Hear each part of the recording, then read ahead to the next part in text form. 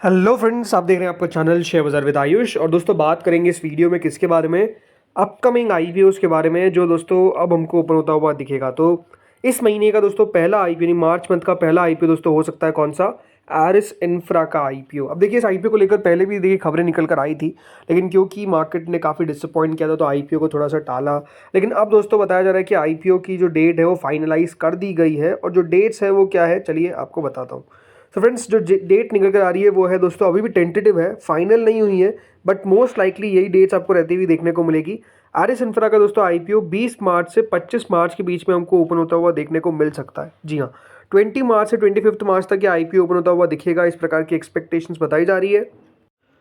अब हो सकता है कि देखिए डेट्स में थोड़ा बहुत ऊपर नीचे चेंज हो, बिकॉज 2021 तो देखिए होगा 20 को याद रखिएगा थर्सडे है, फिर 21 को फ्राइडे, और फिर 22 और 23 को सैटरडे संडे, देन 24 और 25, तो 4 दिन का दोस्तों कुल मिलाकर अभी इशू हमको देखने को मिल रहा है। बट अगेन जैसे मैं कह रहा हूँ कि दोस्तों डेट्स थोड़ी सी टेंटेटिव है, चेंज हो सकती है, बट मोस्टली डेट्स अब फाइनलाइज कर दी गई है और ये आईपीओ हमको आता हुआ दिखेगा। ₹2 की दोस्तों इस आईपीओ की फेस वैल्यू है। अभी तक दोस्तों इशू का प्राइस में ऑब्वियसली बात है नहीं आया है। टोटल ये आईपीओ दोस्तों फ्रेश इशू होने वाला है, यानी कोई भी आपको ओएफएस का पोर्शन देखने को नहीं मिलेगा। आईपीओ का साइज कितना हो सकता है, एक्सपेक्टेशन है कि दोस्तों ये करीबन 600 करोड़ का आईपीओ हमको देखने को मिलेगा, नहीं 600 करोड़ का ये आईपीओ आपको आता हुआ दिख सकता है। प्योर फ्रेश इशू, कोई भी ओएफएस आपको आता हुआ नहीं दिखेगा इस आईपीओ में, यानी सारा का सारा पैसा याद रखिएगा किसके पास जाएगा, सारा का सारा पैसा जाएगा कंपनी के पास, क्योंकि पूरा का पूरा एक फ्रेश इशू आईपीओ है। दोनों एक्सचेंजेस पे लिस्ट होगा। इस आईपीओ के अंदर दोस्तों रिजर्वेशन 75% है क्यूआईबीज के लिए, 10% है रिटेलर्स के लिए और 15% है एचएनआई कैटेगरी के लिए। अब आप सोच रहे होंगे कि रिटेल को सिर्फ 10% का हिस्सा क्यों दिया जा रहा है, तो उसके पीछे का रीज़न है दोस्तों कंपनी के फाइनेंशियल्स। कंपनी का दोस्तों रेवेन्यू तो मतलब बढ़ रहा है, और पिछला अगर आप देखेंगे 2023 से 24 में उतना नहीं बढ़ा, 754 करोड़ से घटकर 702 करोड़ हुआ। लेकिन उससे पहले अगर आप देखेंगे 453 करोड़ से सीधा बढ़कर 754 करोड़ कंपनी का रेवेन्यू हो गया। बट कंपनी अभी भी दोस्तों मुनाफा नहीं कर पाई है। 6 करोड़ का कंपनी का घाटा था 2022 के अंदर।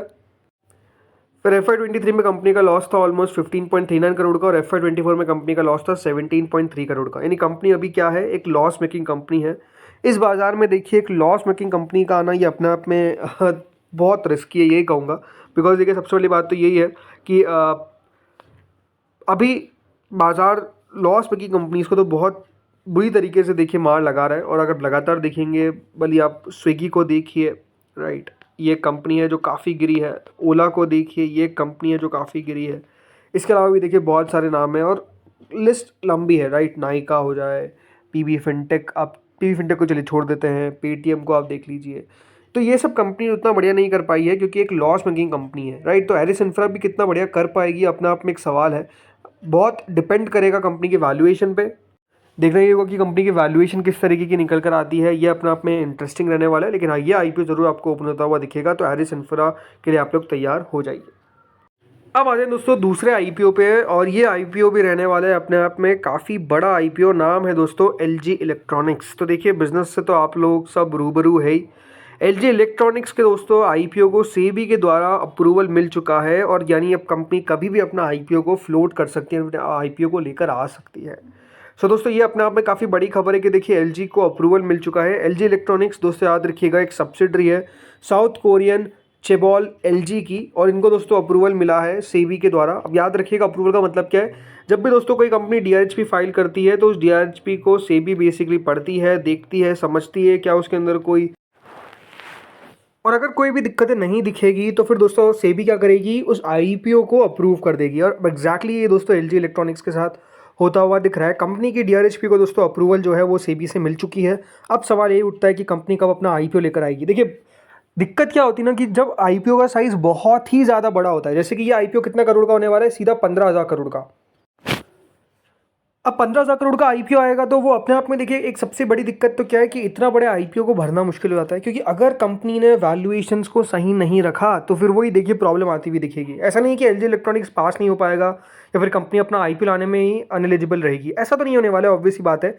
बट हमेशा आपको समझना पड़ेगा कि देखिए रिटेल का हिस्सा हो या फिर एचएनआई का हिस्सा हो, ये दोनों हिस्से तभी ज़्यादा बढ़ते हैं जब अट्रैक्शन दिखता है। आई थिंक ऐसे मार्केट में एलजी इलेक्ट्रॉनिक्स जब अपना आईपीओ लेकर आएगी तो बहुत सोच समझ के कंपनी को अपना आईपीओ लेकर आना पड़ेगा। हो सकता है कि कि देखिए जिस वैल्यूएशन पे कंपनी लाने का सोच रही है, जैसे कि 15,000 करोड़ कंपनी सोच रही है कि जुटा पाए, लेकिन मुझे लगता नहीं कि देखिए 15,000 करोड़ कंपनी जुटा जाएगी। हो सकता है कि देखिए 15 को घटाकर 12,000 या 13,000 करोड़ कर दिया जाए और वैल्यूएशन को थोड़ा नीचे लेके आ जाए। ये बात ध्यान रखिएगा, ये आईपीओ प्योर ओएफएस है, यानी कोई भी कंपनी को फ्रेश इशू की जरूरत नहीं है।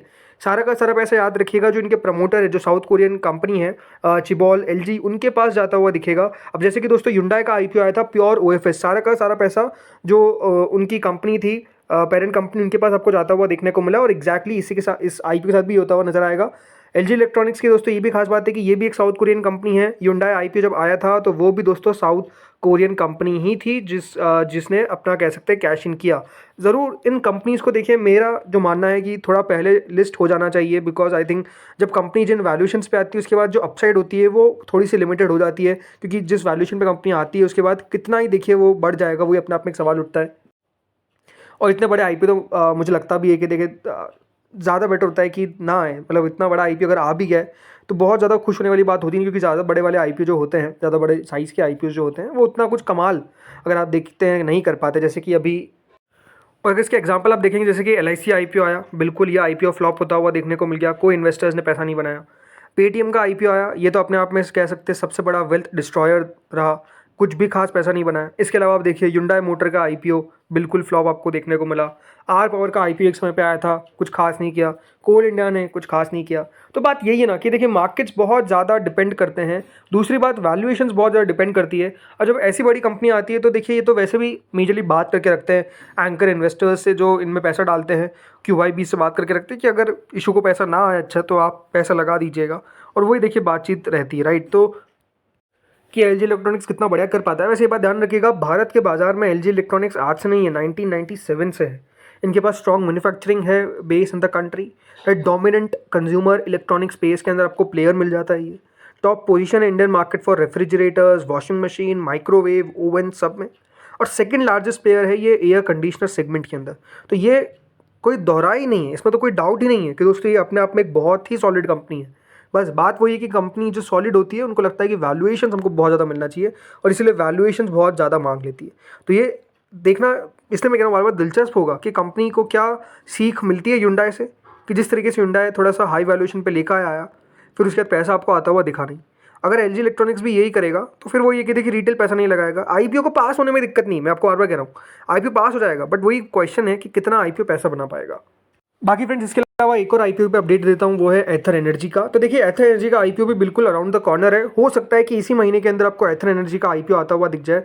अब ये बात ध्यान रखिएगा, एथर एनर्जी आईपीओ के अंदर शेयर होल्डर कैटेगरी के अंदर भी हिस्सा रहने वाला है। अगर आप हीरो मोटोकॉर्प के शेयर होल्डर है तो आपको एथर एनर्जी में फ़ायदा मिलेगा। अगर आपके पास एथर का शेयर है, माफ़ कीजिएगा हीरो मोटोकॉर्प का शेयर है, तो आपको एथर में फ़ायदा मिलता हुआ दिखेगा। बाकी दोस्तों कंपनी जो है वो करीबन 14,000 करोड़ रुपए के आसपास वैल्यू करती हुई दिखी है, ये बताया जा रहा है। सोर्सेज बता रहे हैं कि कंपनी जो है वो करीबन 3,700 से 4,000 करोड़ तक का आईपीओ लेकर आएगी, और ये आईपीओ बोथ OFS भी रहेगा प्लस फ्रेश इशू भी रहेगा, ये दोनों आपको आता हुआ दिखेगा।